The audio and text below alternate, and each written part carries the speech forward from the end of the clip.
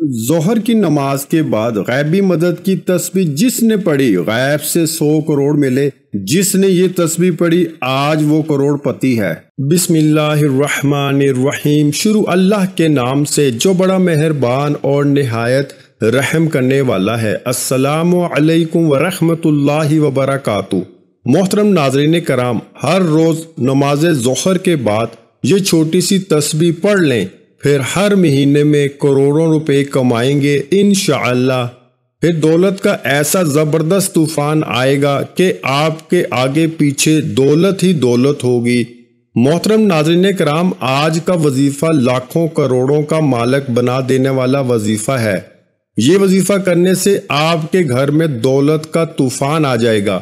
اللہ پاک کے بہت ہی پیارے نام کا ذکر ہے۔ آپ لوگوں نے پڑھ کر اپنی کسی بھی مشکل کے لیے، کسی بھی حاجت کے لیے، کسی بھی پریشانی کے لیے اس نام کو پڑھ لینا ہے۔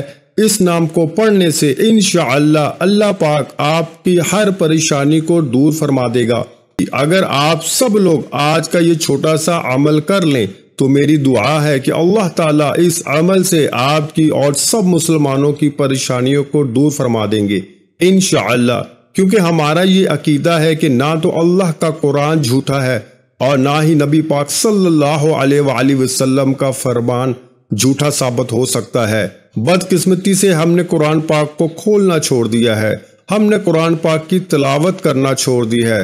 حالانکہ ہماری جتنی بھی پریشانیاں ہیں، مختلف بیماریوں سے لے کر بڑی سے بڑی مصیبتوں تک جتنی بھی ہیں، ان ساری کی ساری تکالیف کا حل قرآن پاک اور حدیث شریف کے اندر موجود ہے۔ قرآن و حدیث سے ہم سارے کے سارے مسائل کو حل کر سکتے ہیں، لیکن ہم نے قرآن پاک کو صرف گھر میں بنی کسی اونچی جگہ پہ رکھنا ہی مناسب سمجھ رکھا ہے اور ہر روز اسے اگنور کر دیتے ہیں اور قرآن پاک کو کھول کر اس کی تلاوت کرنا مناسب نہیں سمجھتے۔ لیکن قرآن پاک کی کشش اور خوبصورتی تو آج بھی اس طرح موجود ہے جتنی آج سے صدیوں پہلے تھی۔ قرآن پاک جس طرح پہلے اپنے سننے والے کو متاثر کرتا تھا اور ان پر اثر انداز ہوتا تھا، اپنے پڑھنے اور سننے والوں کی کیفیت کو بدل دیتا تھا، ان کے دلوں کے حالات کو بدل دیتا تھا۔ پہلے لوگوں کی آنکھوں سے قرآن پاک کی تلاوت سننے سے آنسو بہنے لگتے تھے۔ کیا آپ جانتے ہیں کہ یہ تو آج بھی اسی طرح اثر انداز ہو سکتا ہے، دلوں کی دنیا کو بدل کر ہماری ہر مشکل کو، ہماری ہر پریشانی کو، ہماری ہر حاجت کو، ہر مراد کو پورا کر سکتا ہے۔ قرآن پاک کو اس طرح سے پیش کیا جائے جس طرح اسے پیش کرنے کا حق ہے۔ اگر ہم یہ حق صحیح طریقے سے ادا کریں گے تو دنیا اور آخرت دونوں جہانوں میں کامیاب ہو جائیں گے۔ محترم ناظرین، یہ اللہ پاک کے صفاتی نام ہیں، ان کو آپ نے ظہر کی نماز کے بعد پڑھنا ہے۔ آپ کو اگر 10 کروڑ بھی چاہیے ہوں گے تو اللہ پاک سے مانگو اور پوری دل جمعی کے ساتھ محنت کرو گے اور حلال رزق کی جستجو کرو گے تو اللہ پاک آپ کو 10 کروڑ بھی عطا فرما دیں گے۔ کیونکہ محترم ناظرین کرام، اللہ تعالیٰ ہی مالک الملک ہے، وہی تمام جہانوں کا مالک ہے اور اسی کی قبضہ اور قدرت میں ہر چیز ہے۔ یہ اللہ پاک کے 2 ایسے صفاتی نام ہیں اور ان میں اتنی زیادہ طاقت ہے کہ بندہ جتنا بھی قرض دار ہے، اس کے اوپر چاہے کروڑوں کے حساب سے قرض ہے تو انشاءاللہ اللہ پاک کوئی نہ کوئی ایسا ذریعہ، ایسا وسیلہ پیدا فرمائے گا کہ آپ کا قرض جلد ہی اتر جائے گا اور آپ کو پتہ بھی نہیں چلے گا۔ لیکن ایک بات کی وضاحت کر دیں کہ ہم جو بھی وظیفہ یا پھر عمل آپ لوگوں کو بتاتے ہیں، آپ اسے دل کے ساتھ نہیں کرتے، بلکہ آپ اس عمل کو آزمانا چاہتے ہیں۔ ایک دفعہ آپ اس کو یقین کے ساتھ کر کے دیکھو، آپ خود حیران رہ جاؤ گے۔ لیکن آپ کیا کرتے ہو کہ وظیفے تو شروع کر دیتے ہو اور پھر دیکھتے ہو کہ ہم نے آپ کو وظیفے کے اندر بتایا تھا کہ آپ کا کام شام تک ہو جائے گا، اسی لیے آپ بھی یہ امید لگا کر چارپائی پر بیٹھ جاتے ہیں کہ ابھی ہمارا کام ہو جائے گا، ابھی ہو جائے گا، لیکن وہ کام کبھی نہیں ہوگا۔ کام کے لیے کچھ ہاتھ پاؤں بھی ہلانا پڑتے ہیں۔ میرے بھائیوں، یہ بات ٹھیک ہے کہ اللہ پاک ہر چیز پر قادر ہے اور وہ معجزہ بھی کر سکتا ہے، لیکن ان معجزات کے لیے بھی اللہ تعالیٰ کی طرف سے کچھ شرائط و ضوابط ہیں۔ اسی لیے آپ کسی بھی وظیفے کو آزمائش کے طور پر مت کیا کریں۔ جو بھی عمل یا وظیفہ آپ کو بتایا جاتا ہے اس کو آپ اتنا یقین سے کرو اور اتنے اعتماد کے ساتھ کرو کہ آپ کے چہرے پر خوشی آ جائے کہ ابھی میں یہ وظیفہ کر رہا ہوں، اللہ پاک کا ایک صفاتی نام مبارک پڑھ رہا ہوں، اب انشاءاللہ اس وظیفے کے طفیل آپ کے مسائل ختم ہو جائیں گے۔ جب آپ ذہن میں یہ تصور کر لیں گے، کیونکہ جو چیز آپ کا دماغ سوچ رہا ہوتا ہے وہی ہوتا ہے، جب آپ یہ چیزیں اچھی طرح سے ذہن میں بٹھا لیں گے تو انشاءاللہ تعالی آپ کا وہ کام ہو جائے گا، کیونکہ اسلام میں واضح طور پہ کہا گیا ہے کہ عملوں کا دار و مدار نیتوں پر ہے۔ اسی لیے جس طرح بھی آپ نے سوچا ہوگا ویسا ہی آپ کے ساتھ ہوگا۔ اللہ پاک انسان کے لیے بہتر فیصلہ کرتا ہے، لیکن انسان کبھی یہ نہیں سمجھ سکتا۔ کبھی کبھی انسان جانے یا انجانے میں اللہ پاک سے کچھ ایسی چیز مانگتا ہے جو کہ اس کے لیے نقصان دہ ہو سکتی ہے۔ اللہ پاک اپنے بندوں سے بہت زیادہ محبت کرتا ہے، تو اللہ پاک اسے وہ چیز نہیں دیتا بلکہ اس کا بہترین نعم البدل اس سے دے دیتا ہے۔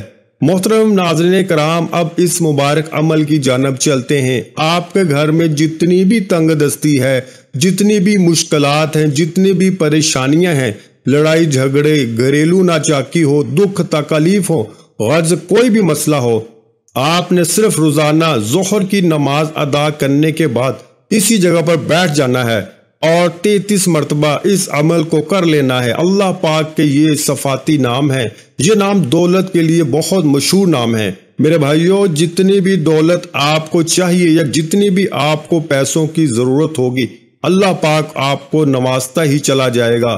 پھر دھیرے دھیرے اللہ پاک آپ کی تمام تر مشکلات کو ختم کر دے گا اور انشاءاللہ آپ بھی ہر گزرتے دن کے ساتھ ساتھ دولت مند ہوتے جائیں گے۔ ناظرین کرام، یہ بہت ہی پیارا اور مستند وظیفہ ہے۔ ہمارا ماننا ہے کہ جب بھی کوئی بندہ اللہ سے کچھ بھی مانگتا ہے اور اسی ذات کے آگے ہاتھ پھیلاتا ہے تو اللہ پاک اس کو کبھی خالی ہاتھ واپس نہیں کرتا۔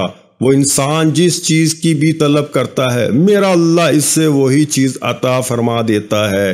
لیکن ہم دنیا کی باتوں میں، دنیا کے مختلف کاموں میں اور فضول سے رسم و رواج میں پڑ جاتے ہیں اور پھر اللہ کے ذکر کے لیے تھوڑا سا بھی وقت نہیں نکال سکتے۔ یہ وظیفہ ظہر کی نماز کے بعد آپ نے کر لینا ہے، لیکن کسی بھی وظیفے کی پہلی شرط یہی ہوتی ہے کہ وظیفہ کرنے والا پاک صاف اور 5 وقت کا نماز کا پابند ہو۔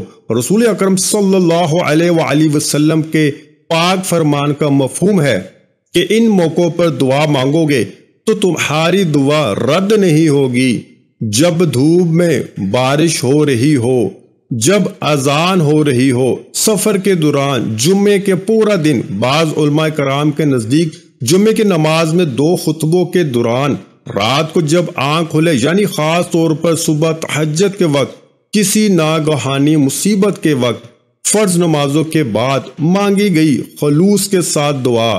نبی کریم صلی اللہ علیہ وآلہ وسلم کے پاک ارشاد کا مفہوم ہے کہ تم اللہ تعالیٰ سے ایسی حالت میں دعا کیا کرو گویا کہ تمہیں قبولیت کا یقین ہو، اور یہ بھی جان رکھو کہ اللہ تعالیٰ غفلت سے بھرے ہوئے دلوں سے مانگی گئی کوئی بھی دعا قبول نہیں کرتا۔ اکثر لوگ دعا کرتے اور اس کے قبول نہ ہونے پر پریشان بھی ہوتے ہیں، حالانکہ کسی کی دعا رد نہیں ہوتی۔ حضرت ابو ہریرہ سے مروی ہے کہ نبی کریم صلی اللہ علیہ وآلہ وسلم نے فرمایا کہ انسان اپنے رب کے سب سے زیادہ قریب سجدے کی حالت میں ہوتا ہے، اس لیے سجدے میں دعا کثرت سے کیا کرو۔ اسلام کے 5 ارکان میں سے کلمہ طیبہ کے بعد دوسرا رکن نماز ہے۔ نماز کی اہمیت کا اندازہ اس بات سے لگایا جا سکتا ہے کہ رب تعالیٰ نے اپنے کلام پاک قرآن مجید میں 700 سے زائد مرتبہ نماز کا ذکر فرمایا ہے۔ جہاں نماز پڑھنے والوں کے لیے بہت سے انعامات کی بشارت ہے، وہیں اس کو چھوڑنے، سستی برتنے یا پھر اس کو روگردانی کرنے والے کے لیے سزائیں بھی ہیں۔ پہلے بسم اللہ الرحمن الرحیم پڑھ کر 21 اول و آخر درود ابراہیم آپ نے پڑھنا ہے، پھر 33 مرتبہ یا غنی یا مغنی یا غنی یا مغنی، یا غنی یا مغنی پڑھنے ہیں، اور اس کے بعد 300 مرتبہ استغفر اللہ استغفر اللہ استغفر اللہ پڑھیں۔ اس کے آخر میں 7 مرتبہ درود ابراہیم پڑھ کر اللہ تعالیٰ کی بارگاہ میں اپنی حاجات پیش کریں۔ اللہ تعالیٰ آپ کی دلی خواہشات، آپ کے تمام دکھ تکالیف اور تمام پریشانی سے بخوبی آگاہ ہے، لیکن اس کے باوجود بھی اللہ تعالیٰ کو انسان کا اپنے سامنے مانگنا بہت پسند ہے۔ اس لیے آپ خوب دل لگا کر اور دل جمی سے، مکمل یقین سے، مکمل اعتماد سے اللہ تعالیٰ سے مانگیں، اور ہمیشہ اسی طریقے سے دعا مانگا کریں۔ اللہ تعالیٰ سے سچے دل کے ساتھ دعا مانگیے اور مکمل یقین اور بھروسے رکھیے، اللہ تعالیٰ آپ کی دعا کو قبول فرمائے گا۔